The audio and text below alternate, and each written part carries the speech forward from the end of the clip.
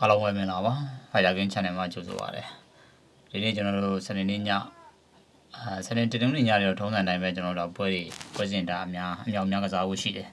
ဒီတစ်ပတ်ကျွန်တော်တို့ပွဲစဉ်တွေပြီးမှကပ္ပဖလားချစ်စစ်ပွဲစဉ်တွေကျွန်တော်တို့ကစားဖို့ရှိတယ်ပြီးခဲ့တဲ့ရက်ကမှကျွန်တော်တို့ချန်ပီယံလိပွဲစဉ်တွေယူပါလိပွဲစဉ်တွေကစားရတယ်အခုအမှတ်ပေးပွဲစဉ်တွေပြန်ကစားရတယ်အမှတ်ပေးပွဲစဉ်တွေပြီးတော့လည်းကျွန်တော်တို့ကပ္ပဖလားချစ်စစ်ပွဲစဉ်တွေပြန်ကစားဖို့ရှိတယ်ဒီညမှာကတော့ကျွန်တော်အနေနဲ့တခုသတိပေးချင်တာကကျွန်တော်အရှိမဒီဂျေးပတ်တန်တွေကျွန်တော်ပြောခဲ့တယ်ဒီကျွန်တော်တို့ဒီဇီကွက်တီကိုတွေကျွန်တော်အရှိမပြောခဲ့တယ်ကျွန်တော်တို့အနေနဲ့ဒီဂျေးပတ်တန်တွေဒီဂျေးတီကိုတွေကိုကင်တဲ့အခါမှာတော့ဒီမတူညီတဲ့ကျွန်တော်ပြိုင်ပွဲတွေမှာတော့ကျွန်တော်တို့ဒီတရသေးဟိုမှာလည်းပဲ90ဝင်ရိုးဆိုလို့ရှိရင်ဒါတော့ကျွန်တော်တို့အိမ်ဝင်နိုင်မှုမလွယ်ဘူးဆိုတဲ့ယူဆမျိုးတွေဒီလိုမျိုးယူဆမျိုးတွေကတော့ကျွန်တော်တို့ဒီပြိုင်ပွဲရဲ့အခြေအနေပေါ်မှာကြည့်ပြီးတော့ကျွန်တော်တို့အနေနဲ့ထည့်သွင်းစဉ်းစားရလိမ့်မယ်ပြောချင်တာဗျာမင်းညတော့မှဆိုလို့ရှိရင်မင်းညဆိုလို့ရှိရင်ဒီဗီရိုနာပေါ့နော်ဗီရိုနာပွဲရတဲ့ level 50ကြီးဝင်ရိုးပဲဒီအိုဆာဆူနာရတဲ့ level 50ကြီးဝင်ရိုးပဲဆိုတော့လက်ရှိမှာတော့ဒီအမှတ်ပေးပွဲစဉ်တွေအမှတ်ပေးပွဲစဉ်တော်တော်များများမှာတော့ဒီ level 50ကြီးပတ်တန်တွေကကျွန်တော်တို့အင်ကွင်းတွေကျွန်တော်တို့အနိုင်တိတ်ရလိမ့်မရှိဘူးနောက်တစ်ခုကကြတော့ဒီကျွန်တော်တို့ဒီဝင်ရိုးတူကြီးဝင်ရိုးတူအသင်းတွေကျွန်တော်တွဲဆိုင်နေမြန်မာစသားပါလာတယ်ဆိုလို့ရှိရင်ကျွန်တော်တို့အပေါ်သင်းမနိုင်ဘူးဆိုရင်လည်းအကုန်လုံးကျွန်တော်တို့အနိုင်ရတာမျိုးမဟုတ်ဘဲနဲ့ကျွန်တော်တို့အပေါ်သင်းနဲ့နိုင်တယ်အောက်သင်းနဲ့နိုင်တယ်ဒါမျိုးတွေရှိတယ်ဆိုတော့ဒါကကျွန်တော်တို့ဒီပြိုင်ပွဲတွေရဲ့ဒီမတူညီတဲ့ဒီပြိုင်ပွဲတွေမှာကျွန်တော်တို့စဉ်းစားတဲ့အခါမှာဒီဈေးကွက်တီကိုတခုတည်းကိုကျွန်တော်တို့ဒီဆွဆွမြဲမြဲကင်ထားလို့မလုံလောက်ဘူးဆိုတာကိုကျွန်တော်အနေနဲ့တတိပေးချင်တာဒီညမှာလည်းကျွန်တော်တို့ဒီဂျီပတ်တန်ပေါ့နော်တူတဲ့ဒီအုပ်စုလေးတွေကိုကျွန်တော်ခွဲထားတယ်ဒီညမှာဒီဂျီပတ်တန်တူတဲ့ဒီတွဲဆိုင်တွေတော်တော်များများကျွန်တော်တို့တော်တော်များများဆဆလေးတွေ့ရတယ်အဲ့မှာဗျာ level 50ဂျီပတ်တန်ဟိုအင်ရှင် level 50ဂျီပတ်တန်နဲ့ဆိုလို့ရှိရင်တွဲဆိုင်၄ခုလောက်တွေ့ရတယ်ဒီအစောပိုင်းကစားမဲ့ဒီ Oviedo နဲ့ဒီ Levante ရဲ့နောက်ဒီ Girona နဲ့ကျွန်တော်တို့ Valencia ရဲ့အတလန်တာနဲ့ကိုမူဝါတာဘလင်နဲ့စင်ပေါ်တွေဒါဆိုလို့ရှိရင်ဒီညမှာကျွန်တော်တို့level 50ပေါ့နော်ဒီ level 50ဂျေးပတ်တန်နဲ့ဖွင့်ထားတယ် Asian level 50ဖွင့်ထားတယ်ဂျေးပတ်တန်နဲ့ဖွင့်ထားတယ်တွဲဆိုင်တွေနောက်ဒီ190ဆိုလို့ရှိရင်လည်းတွဲဆိုင်နှစ်ခုလောက်ပါတယ်ဒီ Lazio နဲ့ Lazio Torino ရဲ့နောက်ပါမာလက်ချီရဲ့နောက်ဒီမှာကျွန်တော်ဒီ150ဂျေးပတ်တန်ဆိုလို့ရှိရင်လည်းကျွန်တော်နှစ်ခုတွဲဆိုင်နှစ်ခုပေါ့ Leverkusen နဲ့ Union Berlin တွဲဆိုင်ရဲ့နောက်ဒီ Dortmund နဲ့ Leipzig တွဲဆိုင်ဒီတွဲဆိုင်တွေကကျွန်တော်150ရှိတယ်နောက်အဝေးကွင်းကနေဆိုလို့ရှိရင်လည်းအဝေးကွင်း level 50ပေါ့အဝေးကွင်း level 50ကြီးပတ်တန်မှာဆိုလို့ရှိရင်တွဲဆိုင်3ခုပါတယ်ချက်စီလပါဘူးရှိမယ်ကျွန်တော်တို့ဒီ Ospet နဲ့ Uber ရှိမယ် Lee နဲ့ဒီ Spa ရှိမယ်နောက်ဒီ 2T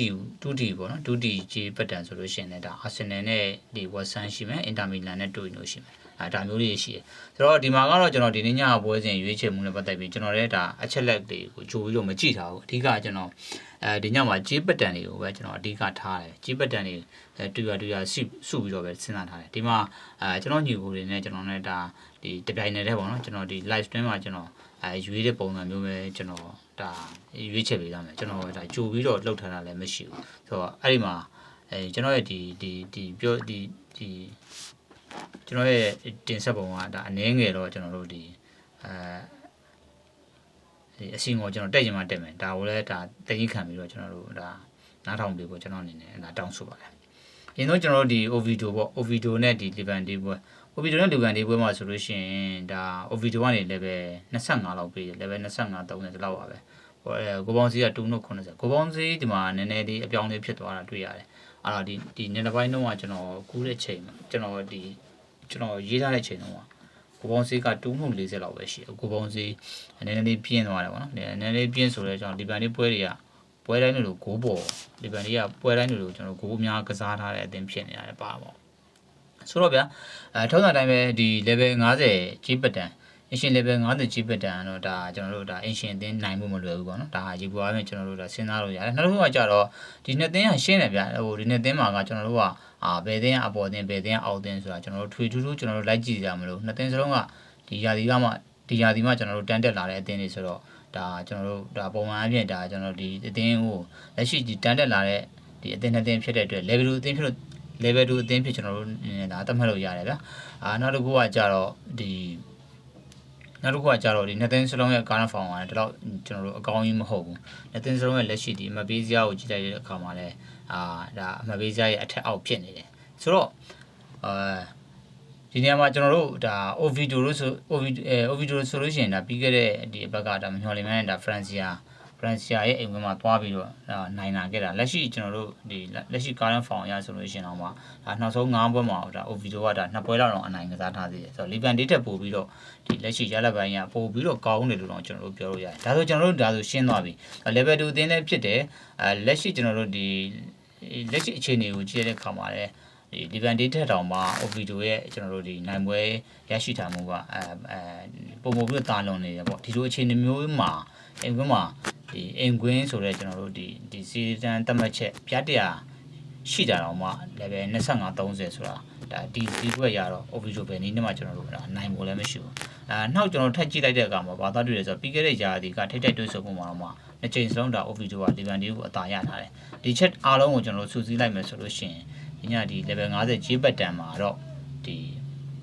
ီအစောဆုံးတွဲဆိုင်ဖြစ်တဲ့ Ovidio နဲ့ Liban Day ပွဲမှာတော့ကျွန်တော်အဝေးဝင် Liban Day အသင်းပေါ်တွေကိုပဲကြိုက်တယ်ဒါကလက်ရှိဒီ level 50 J ဘတ်တန်မှာပါဝင်တဲ့တွဲဆိုင်တွေကဒါပထမအဦးဆုံးကျွန်တော်ရွေးလိုက်တဲ့အသင်းပဲ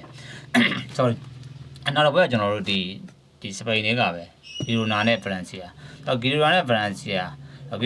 ယာမှာတော့လက်ရှိကဒီရာသီမှာကျွန်တော်တို့ဒီဂီရိုနာကဒါလာလီဂါမှာအဆိုးဆုံးအသင်းအဖြစ်အောင်ကျွန်တော်တို့ဒါပြောလို့ရတယ်ဒါတကယ်ကိုပဲကျွန်တော်တို့ဆူဆူဝါဝါဒီရာသီမှာဒါတန်းဆင်းဆုံ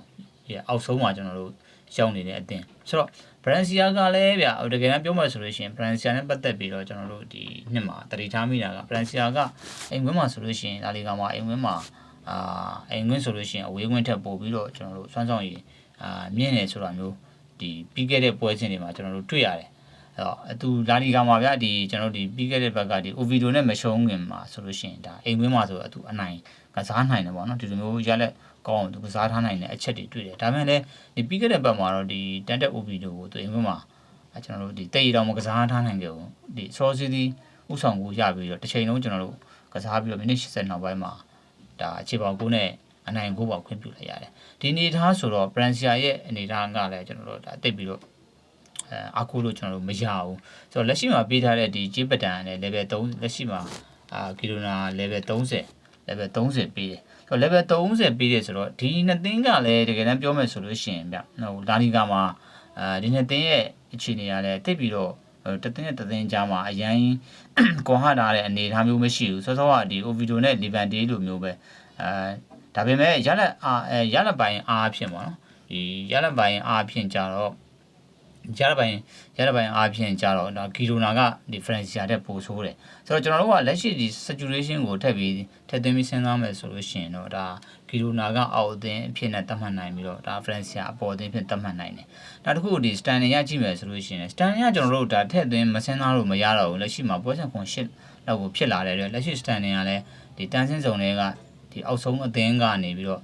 level 30ပြန်ပြီးတော့ဗောနော်တကြေးပတ်တန်အရဆိုလို့ရှိရင်တော့အနိုင်ရဖို့ကျွန်တော်တို့လုံးဝဒါ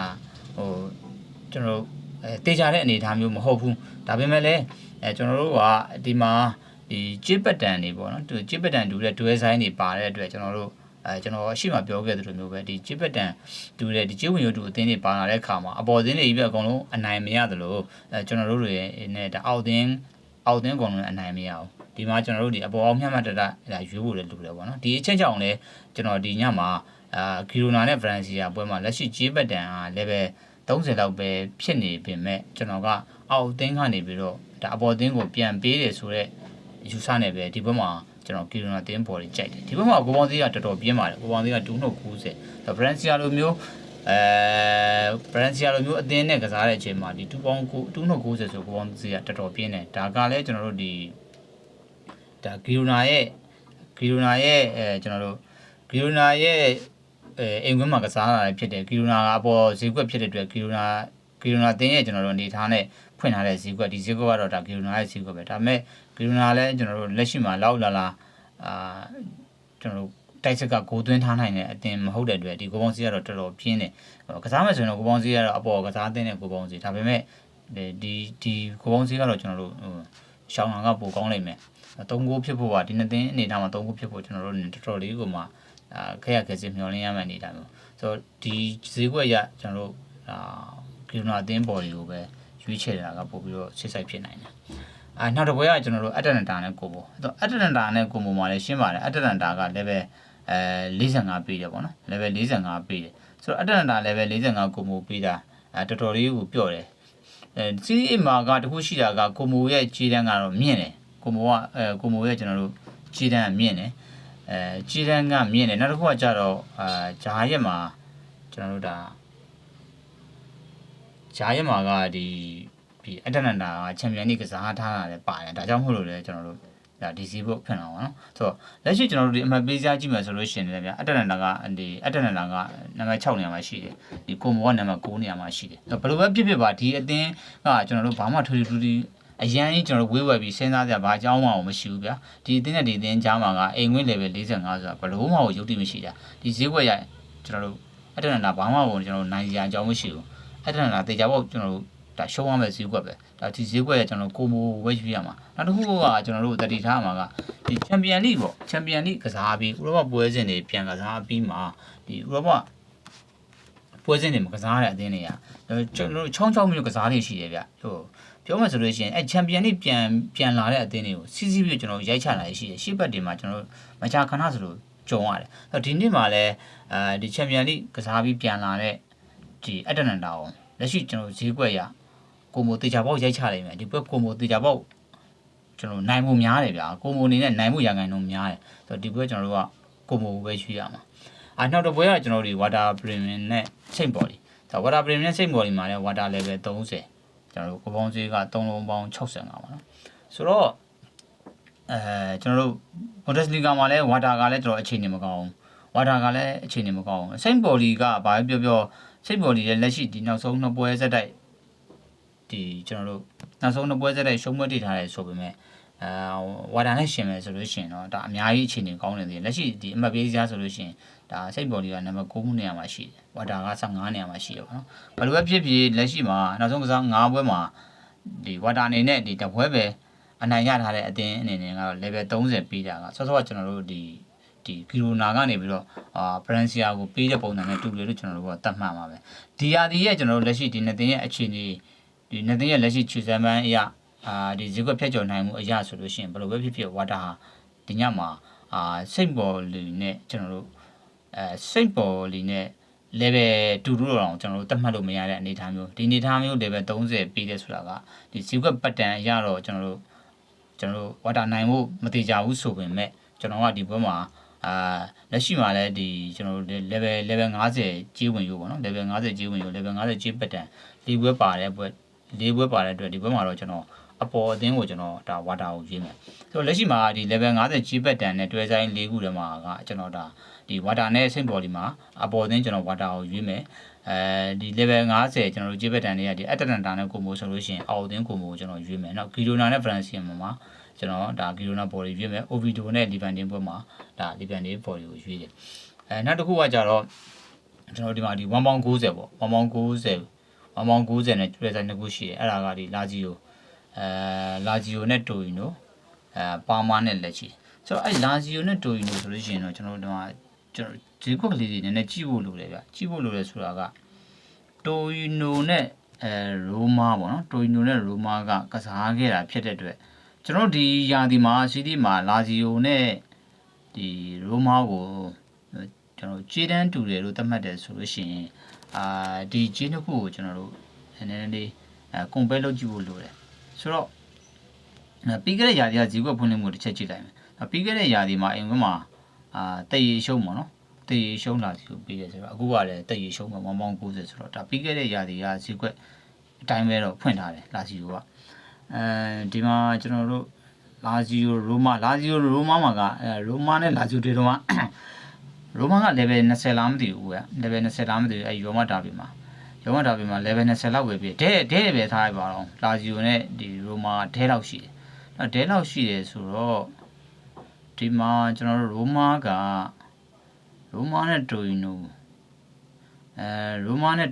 ုပွဲမှာရိုမာက1တက်ဖွင့်တာဗျရိုမာက1တက်ဖွင့်တာ ဆိုတော့ရိုမာက1တဲ့အိမ်ကွင်းမှာ1တဲ့အိမ်ကွင်းမှာ1တဲ့ဆိုလို့ရှိရင်အဝေးကွင်းမှာတေရှုံးပေးရမယ်ဆိုတော့တေရှုံးပေးရမယ်တိုင်နိုအဝေးကွင်းမှာတေရှုံးပေးရမယ်ဆိုလို့ရှိရင်ရိုမာကအဝေးကွင်းမှာလာဂျီယိုကိုဒဲကြီးပဲပေးတယ်ဆိုတော့အေးပေါ့အခုပေးထားတဲ့ဒီပြတ်100ပေါ့ပြတ်100ဈေးကွက်မှန်တယ်ဒါဈေးကွက်မှန်တယ်ပဲပြောရမှာပဲဈေးကွက်မှန်တယ်ဆိုတော့ဒီမှာကျွန်တော်စဉ်းစားတဲ့ပုံစံကဗျာလက်ရှိမှာဒီပါမာကနေပြီးတော့ပါမာကနေပြီးတော့လက်ချီကိုပေးတဲ့ဒီ1ပေါင်း90ပဲပေါ့နော်1ပေါင်း90ရဲ့လာဂျီယိုကနေပြီးတော့ကျွန်တော်တို့တိုင်နိုပေးတဲ့1ပေါင်း90ဒီနှစ်ခုကိုကျွန်တော်တို့ကြည့်လိုက်မယ်ဆိုလို့ရှိရင်တော့ဒါလာဂျီယိုကနေပြီးတော့ဒီတိုင်နိုကိုပေးတဲ့1ပေါင်း90ကဈေးကွက်အရာမှန်တယ်ဆိုပေမဲ့ဒီ1ပေါင်း90ဈေးကွက်နှစ်ခုကိုရှင်ကြည့်မယ်ဆိုလို့ရှိရင်တော့နည်းနည်းလေးကျွန်တော်တို့ဒါပြင်းတဲ့ပုံစံမျိုးမှာရှိတယ်။ဘာလို့ဆိုတော့လက်ရှိမှာလာဂျီယို73ဗျာတိုင်နိုက15ဆိုတော့ပါမာက14ဒါလက်ချီကကျွန်တော်တို့အဆင့်20မှာဖြစ်နေတာဆိုတော့ဒီဈေးကွက်နှစ်ခုကိုကြည့်မယ်ဆိုလို့ရှိရင်တော့ဒါလာဂျီယိုကနေပြီးတော့တိုင်နိုပေးတဲ့ဈေးကွက်ကတော့ပြင်းတယ်။ပါမာကနေလက်ချီကိုပေးတဲ့ဈေးကွက်ကဒါနည်းတော့ပြော့တယ်ပေါ့နော်။ပါမာကလည်းပြီးခဲ့တဲ့ဘက်ကမှကျွန်တော်တို့နိုင်ပွဲပြန်ရသွားတယ်ဆိုတော့လက်ရှိကလည်းကျွန်တော်တို့ဒီရာဒီမှာနိုင်ပွဲမရသေးဘူး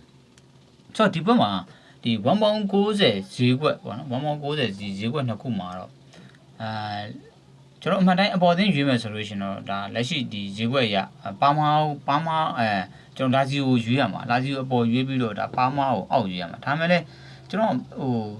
တက်ပြီးတော့ပြလာဂျီကိုကျွန်တော်တက်ပြီးတော့မယုံကြည်ဘူးလာဂျီကိုကျွန်တော်တက်ပြီးတော့မယုံကြည်ဘူးတူနိုဈေးကွက်ကလည်းဒီ1ပေါင်း90ဖြစ်နေတယ်1ပေါင်း90ဖြစ်နေတယ်အဲ့တော့ခုကကြတော့ဒီညမှာလည်း1ပေါင်း90ဈေးကွက်နှစ်ခုဖြစ်တဲ့အတွက်ဒီပွဲမှာကတော့ကျွန်တော်ကဒီဈေးကွက်ကိုနည်းနည်းလေးဒီဈေးကွက်ပတ်တန်ကိုနည်းနည်းလေးကျွန်တော်အကန်စဉ်းစားခြင်းတယ်ဆိုတော့ထုံးစံအရဒီကြီးဝင်ရိုးရရွေးရမှာကတိုင်နိုဘော်ယူရွေးရမယ်ကျွန်တော်တို့ပါမလာဂျီဘော်ယူရွေးရမယ်လာဂျီဘော်ယူရွေးရမယ်ကျွန်တော်တို့ဒီလက်ချီဘော်ယူရွေးရမှာဖြစ်ပေမဲ့ဒီပွဲမှာကျွန်တော်ကဒီဘူကီမှန်းထားတဲ့ဒီကြီးပတ်တန်ကိုကျွန်တော်အကန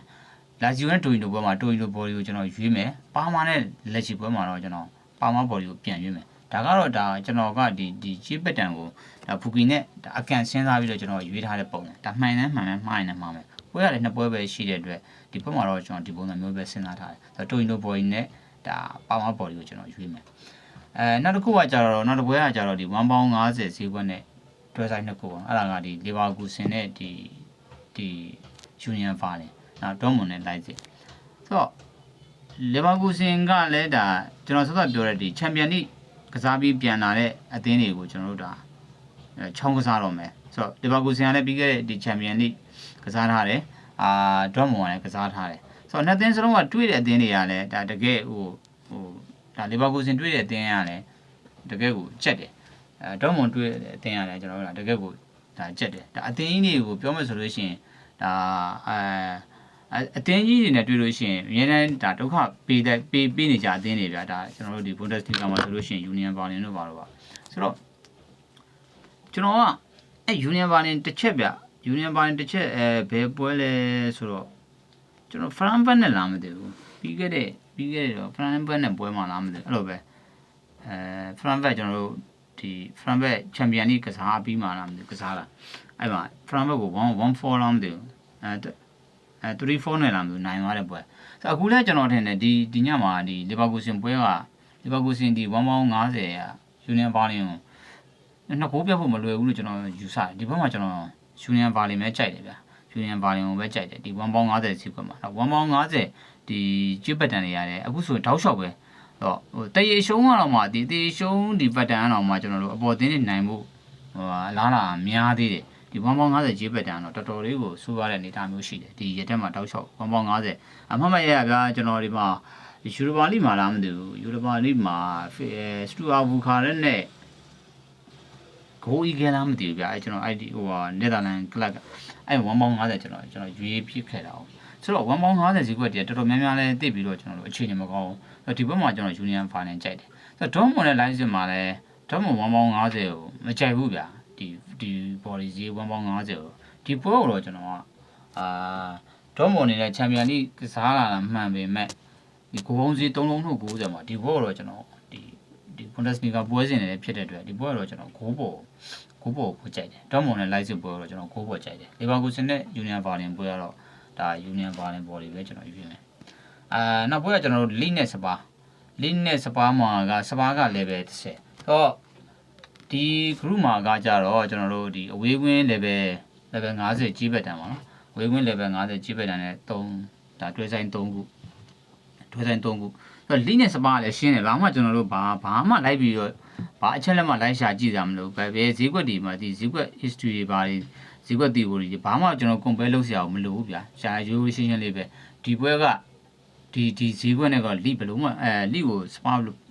ဘယ်နည်းမှကျွန်တော်နိုင်ကြအကြောင်းမရှိဘူးဟုတ်စပါဆိုတော့ကျွန်တော်ပြောလို့စပါကလည်းချန်ပီယံလိကစားလာတဲ့အတင်းချန်ပီယံလိသူအဝေးကွင်းသွားကစားတယ်ပိုတိုဂရင်းကိုသူအဝေးကွင်းသွားကစားတယ်အခုလည်းအဝေးကွင်းထပ်ကစားမှာဆိုတော့စပါအနေနဲ့မလွယ်ဘူးဗျာစပါတေချာပေါက်ရှုံးနေမယ်ဒီပွဲမှာစပါတေချာပေါက်ရှုံးနေမယ်နောက်တစ်ခုကျွန်တော်တို့ဒီကျွန်တော်ဈေးကွက်ကို compare လုပ်ကြည့်မယ်ဆိုလို့ရှိရင်လည်းဗျာကျွန်တော်နယူကန်ဆယ်နဲ့စပါကိုကျွန်တော်တို့ခြေတန်းအတူတွေလို့သတ်မှတ်လိုက်အောင်ဘာလို့ဆိုတော့နှစ်သင်းစလုံးကဒီနေ့တရားဒီမှာဥပပဝင်ရတာနှစ်သင်းဖြစ်တဲ့အတွက်ခြေတန်းတူတယ်ဆိုလို့ရှိရင်တော့မှနယူကန်ဆယ်ကဝေကွင်းမှာလိနဲ့ကစားတော့တော့မှတကယ်ကစားတဲ့အချိန်မှာ level 80လောက်ပေးတာသူစတဲ့ကြီးမှာတော့ level 50ကြီးဝင်ယူပေးတာဗျာ level 50ဒီကြီးဝင်ယူမှာအပြည့်ပေးတာအပြည့်မဟုတ်ဘူး55လောက်ကိုစပေးတာတကယ်ကစားတဲ့အချိန်မှာ level 80လောက်ထိနယူကန်ဆယ်လိကိုပေးရသေးတာအခုစပါ level 10ပြားဆိုတာဒါလုံးဝရုပ်တည်လည်းမရှိဘူးဆိုတော့တေချာပါဒီဈေးကွက်ရလိတေချာပေါက်စပါကိုအနိုင်ရဖို့များတယ်ဆိုတော့ဒီဘက်မှာတော့ကျွန်တော်လိပဲကြိုက်တယ်နောက်တစ်ပွဲကဒီ Premier League တွေကပဲကျွန်တော်တို့ Chelsea နဲ့ Liverpool အသင်းနှစ်သင်းတွေ့ပြီ Chelsea နဲ့ Liverpool တွေ့ပြီဆိုတော့ဒီမှာ Liverpool က Chelsea ကိုပေးတာ level 30တယ်ဒီဈေးကွက်ကလည်းကျွန်တော်တို့ရှင်းတယ်ဗျဒီဈေးကွက်ကလည်းရှင်းတယ်ဒီဈေးကွက်ဒီ G ပတ်တန်ကျွန်တော် Liverpool Chelsea ကိုနိုင်ဖို့မလွယ်ဘူးဒါပေမဲ့ကျွန်တော်တို့နည်းနည်းလေးစိုးနေတာတစ်ချက်ကဒီ Chelsea ပေါ့နော် Chelsea ကအခုက Chelsea ရတယ်ကျွန်တော်ဇာတာကျနေတယ်လို့ကျွန်တော်ပြောရမှာပဲဒါပြီးခဲ့တဲ့ဒီ Champions League မှာလည်းကျွန်တော်တို့ဒါBenfica ကိုနိုင်သွားတယ်ဆိုပေမဲ့ဈေးကွက်အောင်မြင်မှုကခပ်ပါးပါးပဲကျွန်တော်တို့ရလာတယ်ခပ်ပါးပါးပဲရလာတယ်ဆိုတော့Chelsea ပြန်လာမဲ့အချိန်ကိုကျွန်တော်တို့စောင့်နေတဲ့သူတွေတော်တော်များတယ်ဒါပေမဲ့ကျွန်တော်တို့တစ်ချက်ရှိတာက Chelsea ကိုကျွန်တော်တို့ဒီအမှတ်ပေးပွဲမှာပေါ့နော်အမှတ်ပေးပွဲမှာChelsea ပြန်အလာကိုပြီးခဲ့တဲ့ဒီ Champions League ကစားပြီးဘိုင်ယန်မြူးနစ်နဲ့မကစားခင်မှာတွေကသူ Chelsea ကြီးကျွန်တော်တို့ဒီဈေးကွက်တွေကျနေအဲ့ဒီဈေးကွက်တွေကျနေတာကနေပြီးတော့ Chelsea ဈေးကွက်ပြန်အောင်တော့မဲ့အချိန်ကိုစောင့်နေတယ်တော်တော်လေးများနေကျွန်တော်ကိုယ်တိုင်လည်းပါတယ်ဆိုတော့အခုကဒီပြီးခဲ့တဲ့တစ်ဖက်မှာလည်းChelsea နိုင်တော့နိုင်ခဲ့တယ်ဒါပေမဲ့ဒီဈေးကွက်ဖြတ်ကျော်နိုင်မှုကကျွန်တော်တို့ခပ်ပါးပါးလောက်ပဲကျွန်တော်တို့အောင်လာတာဖြစ်တဲ့အတွက်ဒီညမှာလည်းကျွန်တော်တို့ထပ်မျှော်လို့ရသေးတယ်ကျွန်တော်တို့တစ်ချက်လေးဆိုရင်က Chelsea စတော့ပြောလို့တပွဲကိုတယောက်လုံးဒီထွက်နေရတဲ့ဒီ Chelsea ရဲ့ဒီလက်ရှိဒီဇာတာပေါ့နော်အဲ့ဒါလေးတော့ကျွန်တော်တို့နည်းနည်းဆိုရင်ရတယ်ဒါပေမဲ့ဒီကျွန်တော်တို့ကကြည့်ပတ်တန်ကိုကြည့်မယ်ဆိုလို့ရှိရင်ဒီလီဗာပူးအနေနဲ့ဒီ Chelsea ကိုလည်းပဲ30ဆိုတာကတော့ဒါကျွန်တော်တို့ဒါလုံးဝကိုကျွန်တော်တို့ဒါလီဗာပူးကျွန်တော်တို့အပေါ်ဈေးကွက်ကျွန်တော်တို့နိုင်ဖို့မလွယ်တဲ့ဈေးကွက်ဖြစ်နေတယ်ဆိုတော့ဒီဈေးကွက်ကျွန်တော်အရင်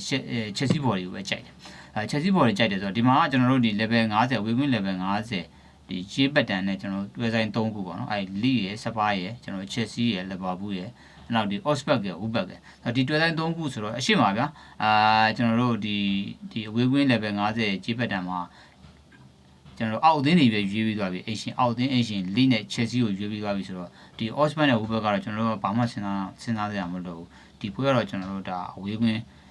ွင်းကျွန်တော် Wolfsburg ကိုပဲကျွန်တော်ရွှေ့မယ်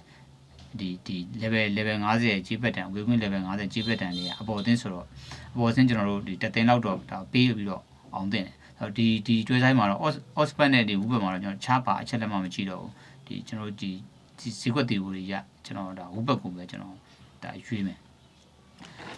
နောက်တစ်ပွဲနောက်တွဲဆိုင်တစ်ခုကကျွန်တော်တို့ Arsenal နဲ့ကျွန်တော်တို့ West Ham Inter Milan နဲ့ကျွန်တော်တို့ Cremonese ဆိုတော့ဒီတွဲဆိုင်တစ်ခုကတော့ကျွန်တော်ရှင်းတယ်ဗျာ Arsenal နဲ့ကျွန်တော်တို့ Inter ကိုရှင်းမယ်ဆိုလို့ရှိရင်2-2ဒီဈေးကွက်နှစ်ခုမှာဆိုလို့ရှိရင်ကျွန်တော်ကInter ထက် Arsenal ကိုပို့ယုံနေအိမ်ဝင်းမှာနှစ်သင်းစလုံးကတော့ Champions League ဒီကစားလာခဲ့ရတာမှန်တယ်ဘယ်လိုပဲကျွန်တော်တို့ဒီနှစ်သင်းစလုံး Champions League ကစားလာရင်တူကျွန်တော်တို့ Arsenal ကဘယ်လိုပဲဖြစ်ဖြစ်ဒီ Inter Milan ထက်ဒီဟာဒီမှာ strong ဖြစ်တယ်ဆို ဆိုတော့လက်ရှိဒီကစားသမားဒီအနေထားရတယ်အင်တာမီဒီယန်ထက်ပို့ပြီးတော့ကျွန်တော်တို့တာလန်နဲ့သူ့မှာ squad ရှိတယ်အဲ့တွေဒီ 2D ဈေးကွက်မှာအပေါ်တဲ့သင်းကိုပေးအောင်မယ်ဆိုရင်တော့ဒီညမှာတော့ကျွန်တော် Arsenal body ကြိုက်တယ် Arsenal body ကြိုက်တယ်ကျွန်တော်ဂိုးပေါင်းဈေးကတော့ဂိုးပေါင်းဈေးလို့ကျွန်တော်တို့တွားပြီးစဉ်းစားလို့မရဘူး 2D 3D ဆိုတာကပြီးခဲ့တဲ့ဒီ Olympia ကုနဲ့ပွဲမှာလည်းဒီဈေးကွက်မျိုးပဲပေးခဲ့တာဒါပေမဲ့အဲ့လိုမျိုးဒီ flow တိုင်းထပ်ပြီးကြဖို့ကတော့မလွယ်ဘူးArsenal နဲ့ပွဲမှာ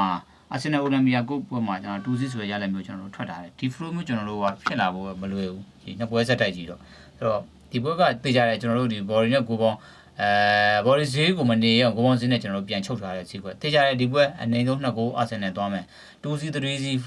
ကျွန်တော်တို့ခြေနေကောင်းမယ်စောစီးကျွန်တော်ဖွင့်ကိုရမယ်ဆိုရင်တော့ကိုပြတ်သွားနိုင်တယ်ဒီပွဲက Arsenal နိုင်ပွဲကျွန်တော်တို့ပြီးခဲ့တဲ့တစ်ပတ်ကဒီ Newcastle နဲ့ပွဲမှာရှုံးနေတဲ့ကျွန်တော်အနေထားနေပြီးတော့ပြန်ပြီးတော့အနိုင်ရခဲ့တဲ့အတွက်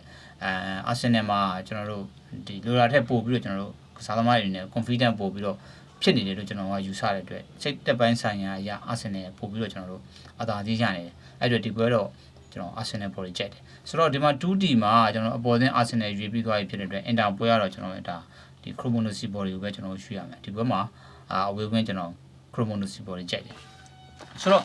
နောက်ထပ်ကျွန်တော်တို့ဒီမှာကဒီကြီးပတ်တံမတူတဲ့ပွဲတွေရှိတယ်ပေါ့နော်အဲ့ဒီမှာဒီ Bayern Munich နဲ့ Frankfurt ရှိနေတယ်ဗျာBayern Munich နဲ့ Frankfurt ကတော့ဗျာလက်ရှိမှာ Bayern 180ကတကယ်တမ်းပြောမှဆိုရင်တော့ဒါ Bayern တေချာပေါက်နိုင်မယ်ကြီးပဲဒါပေမဲ့အဲ့ဒီမှာကကျွန်တော်တို့တွေကဒီအသင်းတွေရဲ့ဒီ history ရှိတယ်ဆိုတော့ပြောချင်တာကဗျာဒီ Frankfurt နဲ့ Bayern ကလည်းတကယ်တမ်းပြောမှဆိုလို့ရှိရင်ကျွန်တော်တို့ကဒီဟိုဒါဘီမဟုတ်ဝင်မဲ့ဒီအသင်းတွေမှာကတတိထုံနှန်းစင်တာတွေရှိတယ်ကာချာတွေရှိတယ်ပြောချင်တာကဗျာ Frankfurt ဆိုလို့ရှိရင်ဒါဒီ Bundesliga မှာဆိုလို့ရှိရင် Bayern ကိုဒုက္ခပေးနေကြတယ် Bayern အသင်းအနေနဲ့ကလည်း Frankfurt လိုအသင်းမျိုးနဲ့တွေ့တဲ့အချိန်မှာဘယ်လောက်ပဲကျွန်တော်တို့ဒီ Frankfurt အသင်းကအခြေအနေဆိုးနေပါသေးဘယ်လောက်ပဲ Bayern အသင်းနေနဲ့ကျွန်တော်တို့ဒီ Frankfurt နဲ့တွေ့တဲ့အချိန်မှာဘယ်လိုပဲကစားသမားအနေထားရလက်ပိုင်းနေတာဘယ်လိုပဲအသာကြီးရနေပါသေးကျွန်တော် Frankfurt နဲ့တွေ့တဲ့ခါမှာတော့ Bayern အနေနဲ့ကျွန်တော်တို့အလွယ်တွေကိုကျွန်တော်တို့အနိုင်မရတာမျိုးနောက်ဒီမိုချန်ကလာဘတ်နဲ့တွေ့လို့ရှိရင်အလွယ်တကူအနိုင်မရတာမျိုးဒီအသင်းတွေကဒီ Bayern ကိုဒုက္ခပေးနေကြအသင်းတွေမှာပါတယ်ဆိုတော့ဒီအသင်းမှာကတော့ကျွန်တော်တို့ဒီ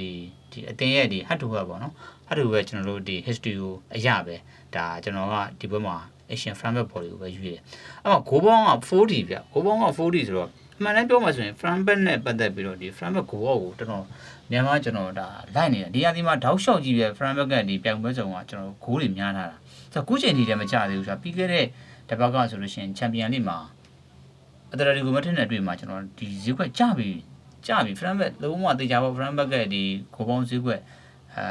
ကြချိန်တိုင်ပြီဆိုတာမျိုးကျွန်တော်6ရက်တည်းဒါပေမဲ့လည်းကျွန်တော်ဂိုးတွေအရန်အများကြီးဖြစ်သွားတာကျွန်တော်တွေ့ရတယ်ဆိုတော့ဒီဂိုးပေါင်းဈေးကတော့ကျွန်တော်ဆက်ပြီးတော့မလိုက်တော့ဘူးဗျဆက်ပြီးတော့မလိုက်တော့ဘူးမှန်ပြောမှဆိုလို့ရှိရင်ကျွန်တော်ပြောတဲ့ဒီဈေးကွက် flow ဆိုတာကအသင်းကအဲ့လိုမျိုးတောက်လျှောက်ပေါ့ဂိုးတွေရမ်းများနေတယ်ဆိုလို့ရှိရင်ဒီအသင်းပြန်ကြားရမယ့်အချိန်ပေါ့နော်ကြားချိန်ကိုကျွန်တော်က6ရိုက်တဲ့6ရိုက်တဲ့ရိုက်ွက်ကိုကျွန်တော်ကဒါဈေးကွက် flow လို့ပြောတာအခုလဲဘယ်လိုပဲဖြစ်ဖြစ်ကျွန်တော်တို့အနေနဲ့နောက်ဆုံးဒီဘက်မှာဒီဂိုး Frankfurt ဒီကျွန်တော်တို့ဒီဂိုးပေါင်းဈေးကွက်နဲကမှနဲသွားတော့ကျွန်တော်ကတော့နဲရင်လည်းဒီပွဲဒါပေးနေခိုင်းလိုက်ပြီးတော့ကျွန်တော်လှုပ်ပေးလိုက်ပြီးတော့နောက်ထပ်တစ်ပွဲကြမှာပဲဒီ Frankfurt ကဒီဂိုးပေါင်းဈေးကွက်ကိုပြန်လိုက်မယ်လို့ကျွန်တော်စဉ်းစားထားတယ်ဒီပွဲမှာဒီလက်ရှိကျွန်တော်တို့ဒီကျွန်တော်ဒီnet သင်းရဲ့ကျွန်တော်တို့ဒီ history ရကျွန်တော်တို့ Frankfurt body ကိုပဲကျွန်တော်ရွှေ့တယ်နောက်တစ်ပွဲကကျွန်တော်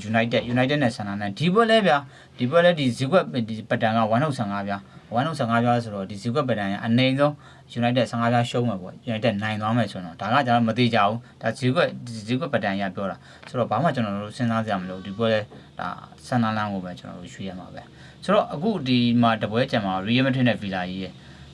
Real နဲ့ Villa ကြီးရဲ့မှာလဲကျွန်တော်အမှန်တမ်းပြောမှဆိုလို့ရှိရင်နှစ်သင်းစလုံးကတော့ဒီ Champions League ကစားထားတဲ့အတွက် Real ကအိမ်ဝင်းပြန်ကစားဆိုတော့ Real ကအားတာတယ်ဗောနော်အဲ့တစ်ချက်ရှိတယ်နောက် Real ပြီးခဲ့တဲ့ဘက်ကသူရှုံးပွဲတွေ့ထားတယ်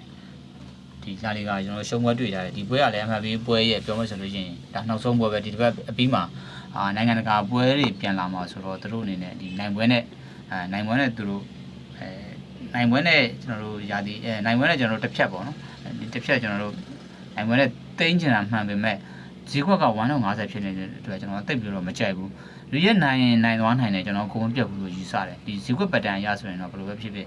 ဗီလာကြီးရဲ့ကိုပဲချွေးရမယ်ဗီလာကြီးအနေဆုံး90လောက်တော့ရမယ်လို့ပြောတယ်ကိုပုံစည်းကတော့တော်တော်ပြင်းတယ်ကိုပုံစည်းကတော့ကျွန်တော်မပြောတော့ဘူးဗျာဒါကဒီပွဲတော့ကျွန်တော်အရင်ကြီးတည်းကြိုက်တဲ့ထဲမှာတည်းမပါဘူးဒီဒါတခြားအချက်လက်တွေလည်းကျွန်တော်မကြည့်နိုင်တဲ့အတွက်ဈေးကွက်ပတ်တန်ရမယ်ဗီလာကြီးပေါ်ကိုရွေးတယ်ဆိုတော့ဟုတ်ပြီဗျာကျွန်တော်တို့အားလုံးပဲကျွန်တော်တို့ကန်ကောင်းကြပါစေအားလုံးကျေးဇူးတင်ပါတယ်ဗီဒီယိုဖိုင်ကတော့ကျွန်တော်တို့နည်းနည်းလေးရှည်သွားတယ်ဗျာအတိခံပြီးတော့ကျွန်တော်တို့ကြည့်ပေးကြပါ